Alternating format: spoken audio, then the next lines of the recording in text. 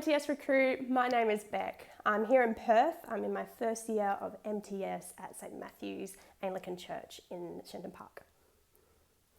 I studied at Curtin University and did my registered nursing degree there. And I worked in a hospital here in Perth, an adult hospital, for 3 years. And in that time, I started to thinking about being further equipped in ministry. I knew from a young age that the world needed Jesus, but once I started nursing, I actually saw people's biggest need. Like, it wasn't that my ability to provide care, actually their biggest need was Jesus, and I became convinced of that. So I knew it, but working in a hospital environment convinced me that that was truth. I was looking at doing some theological study, and a lady at our church tapped me on the shoulder and asked if I had considered doing an MTS. At that point, I had never even thought about MTS for myself, but in these conversations and in going to Challenge Conference, which is like MTS Recruit, all of these things kind of helped me decide to give 2 years to equipping myself further through MTS. It was during COVID, and so I think it was at a time where healthcare workers were being recognised more. And so I probably had an element of pride in my role as a nurse. And so the idea of actually stopping for 2 years, I found quite daunting. And I was a little bit uncertain as to whether I would actually enjoy the day-to-day happenings of ministry.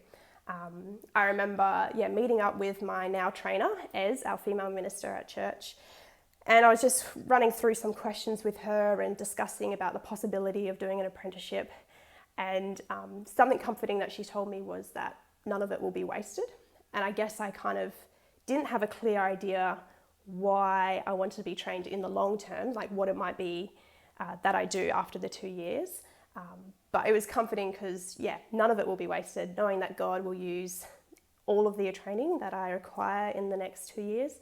He'll be using it for his kingdom purposes. And so whether that meant going back to nursing or looking at some sort of vocational ministry, none of it will be wasted.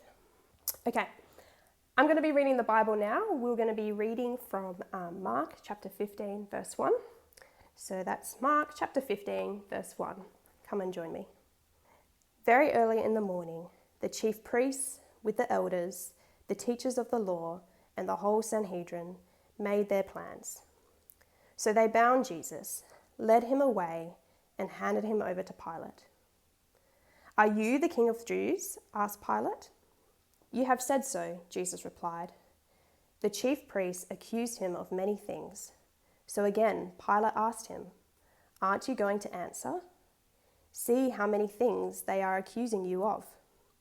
But Jesus still made no reply, and Pilate was amazed. Now it was the custom at the festival to release a prisoner whom the people requested. A man called Barabbas was in prison with the insurrectionists who had committed murder in the uprising. The crowd came up and asked Pilate to do for them what he usually did.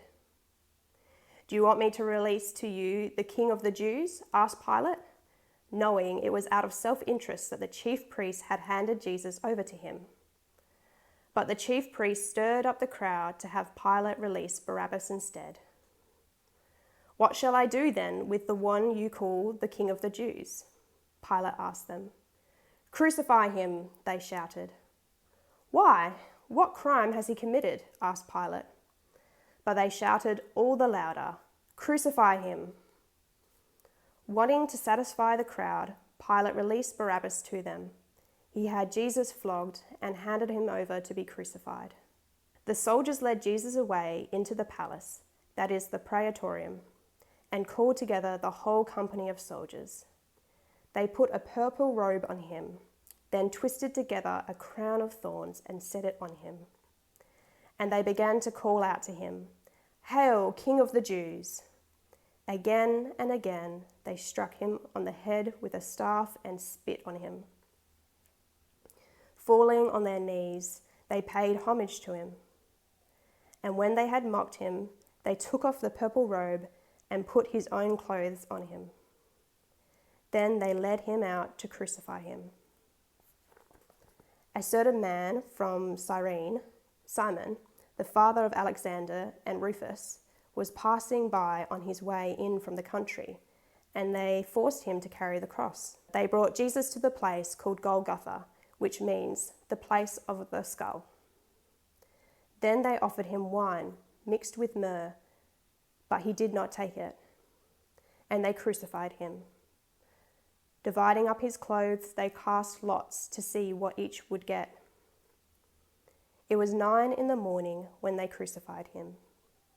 The written notice of the charge against him read, "The King of the Jews." They crucified 2 rebels with him, one on his right and one on his left. Those who passed by hurled insults at him, shaking their heads and saying, "So, you who are going to destroy the temple and build it in 3 days, come down from the cross and save yourself." In the same way, the chief priests and the teachers of the law mocked him among themselves. "He saved others," they said, "but he can't save himself. Let this Messiah, this King of Israel, come down now from the cross, that we may see and believe." Those crucified with him also heaped insults on him. At noon, darkness came over the whole land until 3 p.m. And at 3 p.m, Jesus cried out in a loud voice, "Eloi, Eloi, lema sabachthani," which means, my God, why have you forsaken me?"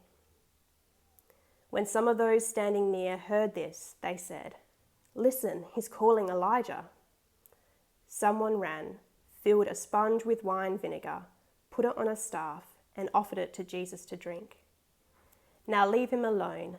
Let's see if Elijah comes and takes him down," he said. With a loud cry, Jesus breathed his last. The curtain of the temple was torn in two from top to bottom. And when the centurion, who stood there in front of Jesus, saw how he died, he said, "Surely this man was the Son of God."